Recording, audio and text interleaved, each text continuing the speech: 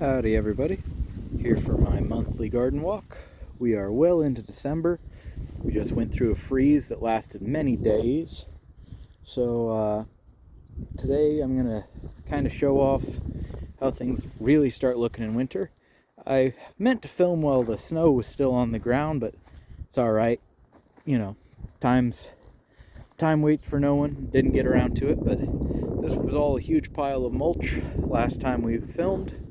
We've spread a ton more mulch out here. Still have a ton to go, but hey, it's a start. There's a walking onion, just to go to prove how cold hardy they are. That was buried under half a foot of snow for a few weeks. There's my one of my two jujube trees, some cold hardy yucca. Walking over here, one of my cornelian cherry or cornelian dogwood. These are all potatoes that I haven't harvested. I've heard I can just leave them under the mulch and harvest after. So there's a test that I'm running, just a bunch of potatoes around that one tree so I know where they are. Here's my sage. It starts to look pretty rough in winter, but that should all be alive and bounce back in spring. Right over here we have river locust, a bunch of asparagus all dried up. Yep, just breaks right off, just gonna break down. Right there are columbines, still green. This is one of my aronia berries.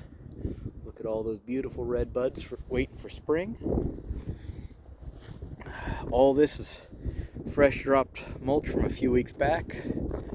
Just made a lot of progress. Looking over here, one of my gummy berries. Nice long thorns. I know most people hate thorns, but they keep the deer from eating as much of my plants. There's a comfrey. You know, I've made a lot of videos on comfrey before, but one of the big things is everybody I've seen talk about it oftentimes talks about how you got to make sure that you do this and you got to make sure you do that. It's not as efficient, but just by letting it grow all year and then die back, all that's going to break down and settle into the soil and feed that tree when spring comes. And the comfrey will just come right back from the roots. Here's another sage. Big, kind of beaten down by the wind, but it'll bounce back. Another kusa dogwood. Another walking onion. Could definitely still eat those walking onions as they are. Right over here. I don't think this one has made it, but down here is supposed to be another cornelian cherry, and I think I'll need to replant that in spring. But here was one of my Szechuan peppers. Beautiful tree, but it did not survive last winter, so it's just been dead standing for 2 years now, or a year now. But beautiful tree. Back over here, here's my other gumi. Again, look at those beautiful thorns. It's almost a full 2 inches. Here's an aronia, another asparagus underneath it. Just beautiful. That's the tired out top of a baptisia. I apologize in advance for any snuffling. It is still pretty cold out. Those purple plants are all bee balm. Those are all a type of bee balm. Here we have another river locust. Gonna let it get a little bit bigger and stronger, and then it's gonna be chop and drop for my aronia here. I've got 4 aronias in a straight line all the way down. So they're really pretty.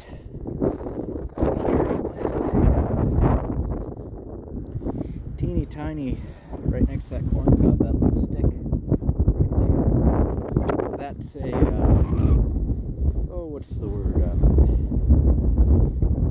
my brain's failing me.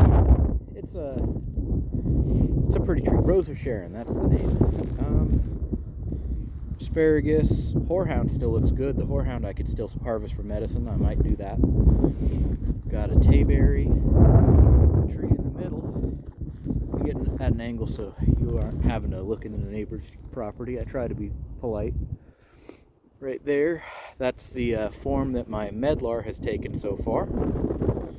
It's quite a beautiful tree in my opinion. Very unique.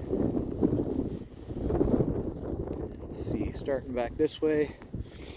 Harvested potatoes on video for you guys here. There's an asparagus plant there and there. This is a plum. Very nice looking plum. Starting on my path back this way. I believe, yep, dead from the winter, but there was a pepper that I planted. Here's another one of my, I believe, no, this is an apple. So this is my Dodd banana apple, if I am correct. Another comfrey, as you can see, that's a lot of fertilizer. This was the dwarf aronia, and I really underestimated how big they're going to get. So I should likely dig them both up and move them. Another bee balm right there. I'll start on my path over here. We have all these volunteer trees. I really don't know what they are, but they keep popping up. Here's another plum. This is a Mount Royal. This is an asparagus. I bought only males, but clearly I got a female in the mix. I could harvest those for seeds, but there's no bet they'd be any good. There's a echinacea. I leave the flowers standing up for the birds. Look at how big that asparagus plant got. Nice and healthy. And then over here, a great big raspberry. I should probably put the work in to actually trim it down, but here it is for now, around my improved disease-resistant Macintosh.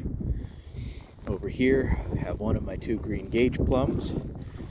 My wife has always wanted to try a green gage, so I'm growing 2 in hopes that at least one of them will produce.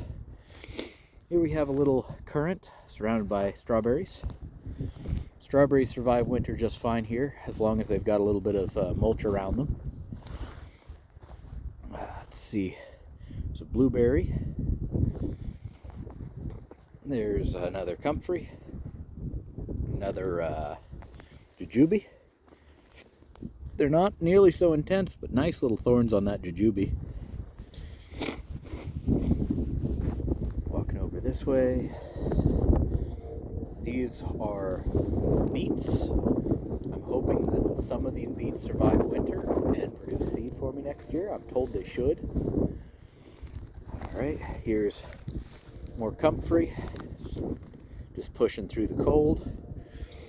One of my best cherry trees. Has not produced me cherries yet, but I'm hopeful. Strawberries in the mix all over. Through here, there's some strawberries left. There's also a lot of that horrible bindweed I still need to figure out how to fight. Some scat from the animals. I don't worry about it. It's feeding everything in its own way. Here's another bee balm. Lots of strawberries around one of my more established dwarf apple trees. Right here, you may recognize as a sunchoke. This is what the sunchoke flowers look like after the plant's been spent. So if I dig right there, I'll find some sunchokes. Something I can feed my family with all winter long. Every time there's a thaw, I can dig more. Walking over this way, just a huge amount of strawberries that have become a nice healthy ground cover. And there's a cherry tree in the middle of them all. Started out with just like 3 of them planted around that cherry. Walking over here, there's a sea kale starting to go to sleep. Nice sea buckthorn. This one's a female. Those are the female buds. Just a beautiful tree. Heading over this way. This is another great big sunchoke that I need to dig up, but it's got a lot of companions around it. Right over here is a lavender plant. Some struggling asparagus way in there. Some very unique looking mushrooms over here that I'm not familiar with, but could have been that they were wine caps that got frozen. Maybe that just made them look weird, but Moving along, we've got some. It's a neighbor, or it's a family of the cleaver, but that's sweet woodruff. So a lot of sweet woodruff low to the ground. And again, all this is under light. There's a bee balm, big comfrey plant dropping fertilizer all around this apple. Heading over this way, that was a tomato plant. So, big tomato plant. Heading over here, more bee balm. This is where I harvested a lot of my squash from. Another big asparagus plant. Right behind me is that banana apple I showed you guys. Walking over here. Wow, the snow and everything was so intense, it finally broke off a lot of the limbs of my dead mulberry tree. Wow, the bugs were active in there. All those tunnels. But it's been dead for a year. It died at the graft union. Right there is a... man, I'm horrible with names today. Shipova pear. I can blame the weather for messing with my head, right? Big, huge patch of Soshan, or cut leaf coneflower. Absolutely beautiful plant. In particular, I know this spot as the grave of one of our really, really great feral cats that just kind of appeared out here. We took good care of him for a few years. These are Brussels sprouts that I sprinkled on the ground in spring. They never really did all that much, and it was too hot for them, but they somehow survived. Oh, there's some bean pods I missed in there. I could still pick some beans. There's a bunch of grapevine and hopness all tangled up in there. All that's looking great. Right here, I'm really hoping survives. That's a mulberry that's meant to replace this big one that died. Same type, but without a graft. Since the last one died at the graft union, I figured if I can just keep it alive without the graft, it should be just fine. So hopefully so. Right here I have my purple passion apple from St. Lawrence Nursery. This thing got chewed to the ground all year its first year. I managed to get just a long enough shoot to get halfway up the tube, and I put the protector on it so it couldn't get chewed down anymore, and it grew all that in one season on its second year. So very great company to work with and a very resilient variety in my experience. Asparagus just sort of sticking out here on its own. Couple mustard greens. Mustard greens do pretty well in the cold. Could still harvest and pick those all I like. Getting around one of my Arkansas black apples. Right there. Grew to my height in its second year. It got planted real late on its first year. Some asparagus next to it. I got that one from Brambleberry Permaculture in southern Indiana. It's quite a drive for me to get there, so I've only been once, but they were great to work with, great people. Very friendly, very happy to teach, and they were very happy to answer questions. I'd highly recommend them, but they don't ship their plants, so you have to go there if you want any. Right over here, another comfrey that's past its beauty, but that's just going to feed everything. Here's another bee balm. And this plant here in the middle was only this tall when I planted it in spring. This one, if I remember correctly, I know it's from St. Lawrence Nursery, as are the two behind me. I planted three at once. I believe this one is an Odisso Red Love, a red-fleshed apple. The one behind me, if I remember correctly, is a chestnut crab. Yep, chestnut crab. Should say right on here. Yep, chestnut crab. And I know the one furthest back, right there, is a, what's the word for it?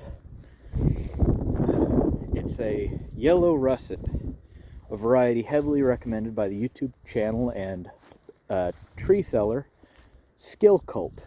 I highly recommend Skill Cult as well. Now here's one of my 2 contender peaches. Now I have not used any pesticides on them, so I don't know how well they're ever going to survive, if they're ever going to survive. You know, I'm just hoping for the best here, but lots and lots of pest damage all over them. The kind of gummy stuff is bad, but it does have a praying mantis pod on it, so I'm hopeful for that. And here is a garlic that really should have been buried, but it's not for some reason. So I'm going to sort of lay it in a little deeper and try to cover it a little bit better. I'm not going to do a whole lot because it's got roots well sat down, but yep, there was a garlic. More strawberries around the base of it. I've got 2 contender peaches and 1 double jewel. So far the double jewel looks better, but it's also in a lot more densely weedy area. Maybe the bugs just couldn't find it. There's some mint. This is a double grafted Asian pear from Gurney's. It has 2 varieties on 1 rootstock. So there's grafts like right there, different varieties. So I'll have 2 different types of Asian pear growing on that 1 rootstock. There's more Soshan all over the place at the bottom. There's more asparagus. As I walk further in, I see some hopness that's climbed up here. Some more echinacea. That one's just a pretty common purple. Here we have more comfrey doing its absolute best. More bee balm. The weeds in here, that bindweed got really bad. I'm just walking on a blanket of bindweed right now. Right over here, along with more scat, this is my marshmallow plant. Lots of seeds still on it. So I could try to resell those seeds if I wanted to, but not this year probably. The root grows bigger each year. It's another sunchoke. More comfrey in there. As I keep walking, there was some really nice walking onions in here, but we'll see if they come back or if the weeds killed them. Here we have a Hills Hardy rosemary. All the other rosemary I've planted did not survive our cold winters, so I'm really praying that this one can. It's set up to zone 6. This is arguably the most protected spot I could give it. It's got a lot of mulch around it, and it's right under one big tree, and then from the direction the cold and wind comes from, it's protected by more trees and a lot of sunchokes. So it's pretty heavily protected. Here's a big patch of yarrow. As I keep walking, right back here was one of my 2 patches of Mayoga ginger. They all die back to the ground pretty quick. Keep walking over this way. I forgot to ever dig up my yacon. So my yacon is right here. I'm going to see if it survives the winter underground or not. I've heard a lot of conflicting information. Some say they're incredibly cold hardy, some say they're not at all. Alright, coming through in here, we have yet another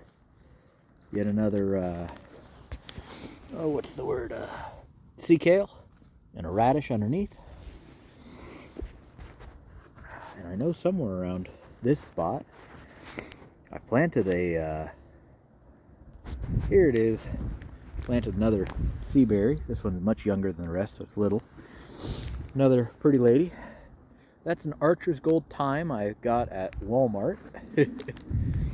Here we have one of my most beautiful apples that I planted. It's significantly taller than me now and probably needs a couple prunes to start teaching it. But this is a Peace Garden apple. It's supposed to be a really nice storage variety, not huge apples. Here is a, gooseberry I'm hopeful for.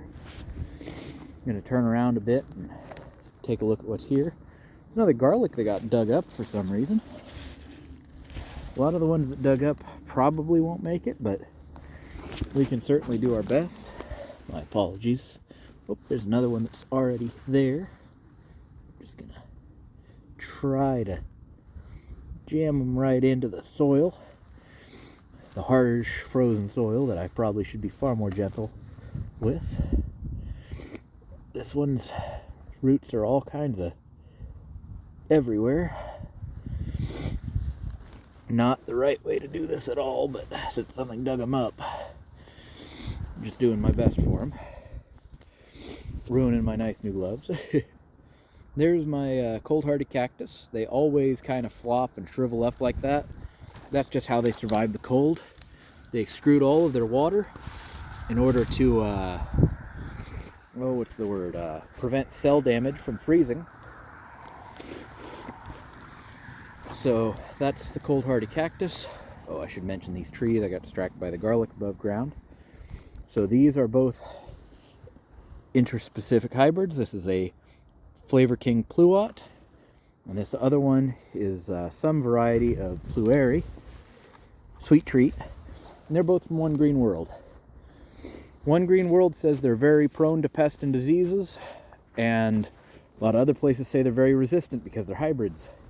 So we're going to see. Again, I'm not using pesticides, anything like that. It's all died back now, but this was my really beautiful chrysanthemum, which is edible and has a couple other uses. It should come back next year. Here's a big patch of chocolate mint. Walking further over this way, here's my other peach contender, and it's got pest damage too. Anywhere that gel is coming out is a sure enough sign that something is bored into the tree. Had a bean climbing it right here. Most of the seeds have already fallen, it looks like, but this is the top of the cutleaf coneflower. Here's that gold rust that I mentioned. It was right there, was the top tip of it when I planted in spring. St. Lawrence Nursery is really great. It's a dianthus I got from Richter's. Didn't bloom its first year, but I did not expect it to. Richter's has a lot of really nice herbs. Right here is my attempt at a cover crop. I bought a cheap deer feed plot mix on clearance at Walmart, and after I tilled, I just threw it all over. It's rye, oats, fodder, turnips, all that good stuff. And here's where I dug those swales and showed off a very small swale project. So there's a hazel, comfrey, and underneath these wood chips is a swale that water can drain through. Here's another hazel, another comfrey. Continue walking this way. There's another comfrey there, another comfrey there, another hazel. Quite happy with how the hazels are looking. They all have growth buds on the tips for next year. Walking over this way. We have another spot with a gooseberry that I hope survived. I planted both those gooseberries really late. This one has a comfrey that looks like it's done quite well, still quite protected. A pile of sunchokes over there. Here's my pond. Here's a trifoliate orange. So cold hardy citrus, I'm hoping survives again. Another one. So I've got a couple of these cold hardy citrus seedlings. They're doing surprisingly well. I mean, they're not really growing much. They died back to the floor last year, but they're still alive. Right here we have, what's the word? This was my double jewel peach, which has a little bit of damage there, but not a whole lot. So maybe it's got borers in it too, but we'll see. Got some baptisia planted there. I really pray comes back. Another comfrey over here. Here's what I was talking about in my really long rambly sunchoke video. The animals that normally chew up the bark on my trees are instead digging just below the surface and eating these sunchokes. Which, yeah, you could be upset that I'm losing sunchokes to the animals, but I'm also not losing the bark of my trees. The valuable life-moving sustenance of the tree is right under the bark, and that's what they want to eat. Here I have my little witch hazel that keeps kind of struggling along. Oh, there was a huge mushroom there. Yep, huge mushroom. We had a lot of tomatoes come up around my witch hazel. I get a lot of volunteer tomatoes because when I get bad tomatoes, I just lob them out here, let them splatter all over the floor. So if I get a tomato that just was a little rotten or split, I just lob it out here. Here's my rhubarb. It's all gone to sleep for the year. Yeah, I throw my tomatoes out here to feed the trees a little bit, and I get all these free tomatoes, these little bitty plants. There's my lungwort. Didn't flower on its first year. I believe I also got it from Richter's. Maybe I got it from Bluestone Perennials, but it's quite nice. More strawberries popping up all over here. This was my other Myoga ginger patch. I believe this was the one I filmed. And big sunchoke right there. Walking along this way. Got another blueberry right there. And some asparagus, some comfrey, some echinacea, some walking onion. All around this, which is also struggling a lot. This is a serviceberry. Absolutely beautiful. Produced me a lot of flowers last year, but no food. So definitely gonna try to get this one healthy. I bought it about that size. Someone at a nursery had it. Clearly it was just a branch taken off of the tree, dropped in rooting hormones, and put in a pot. I don't know if it was in the pot too long or what, but it's struggling. Here we have a mountain ash. This is the one I did a scratch test on. Well, mountain ash. This is a mountain ash crossed with a pear, so it's a Shapova.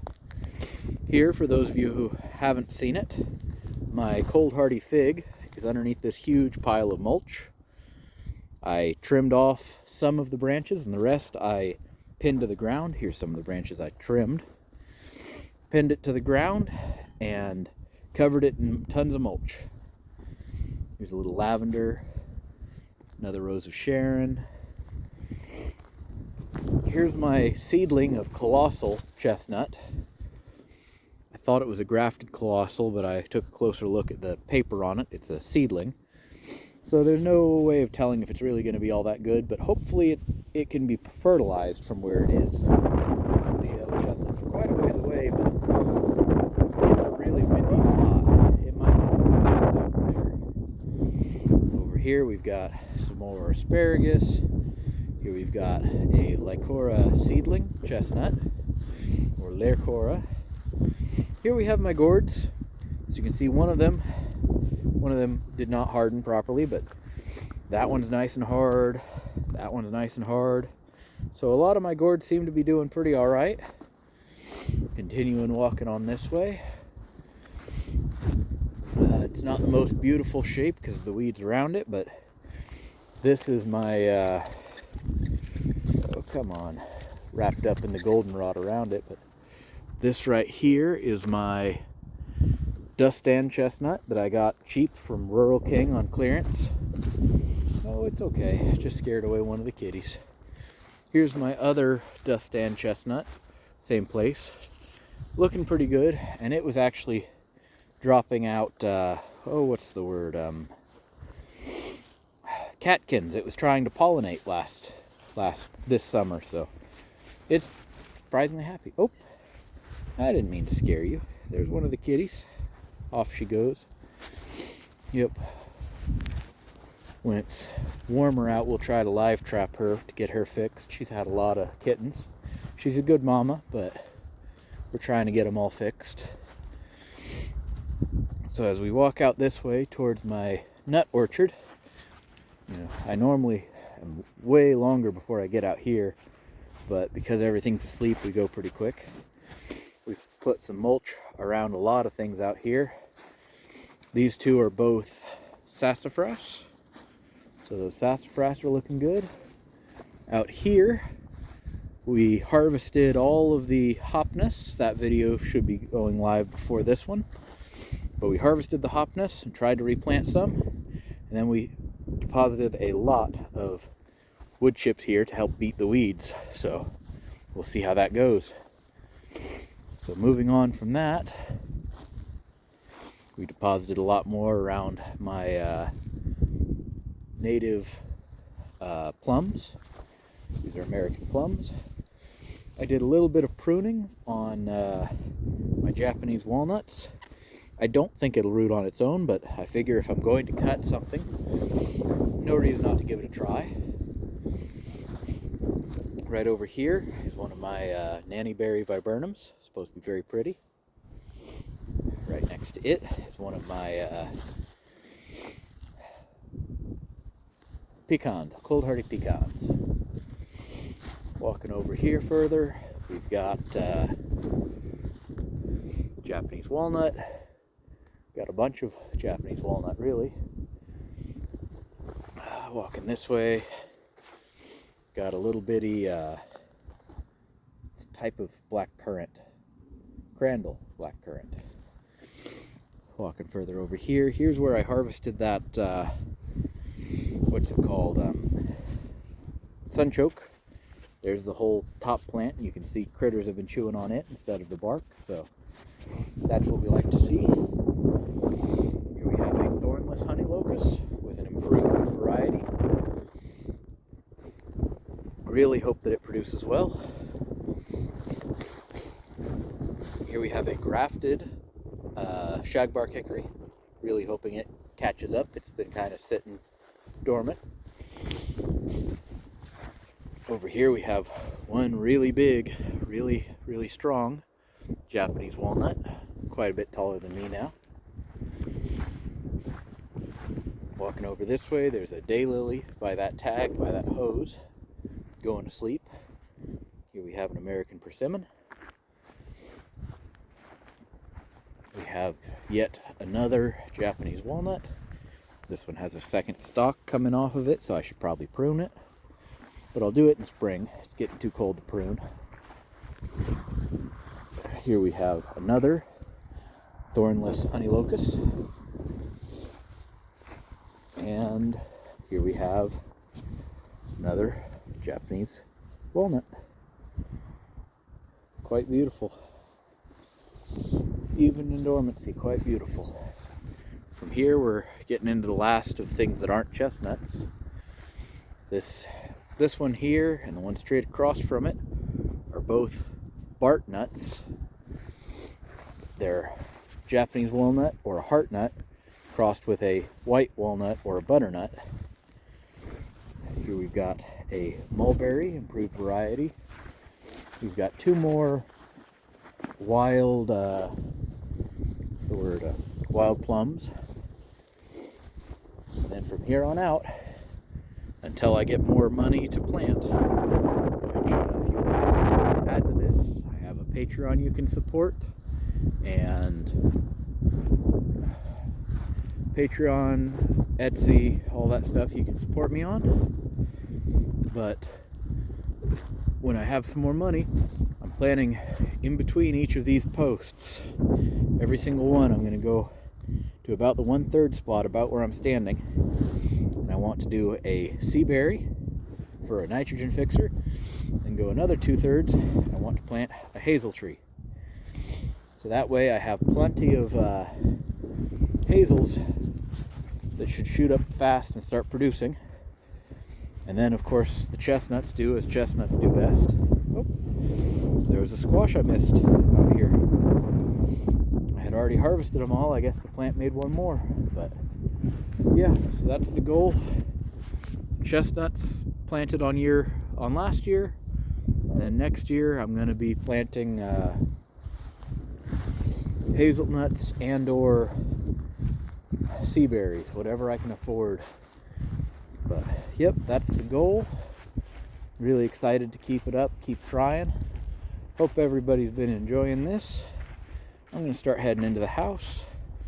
There's my last, what's it called, plum, wild plum, and here's my last shagbark, little shagbark seedling right here.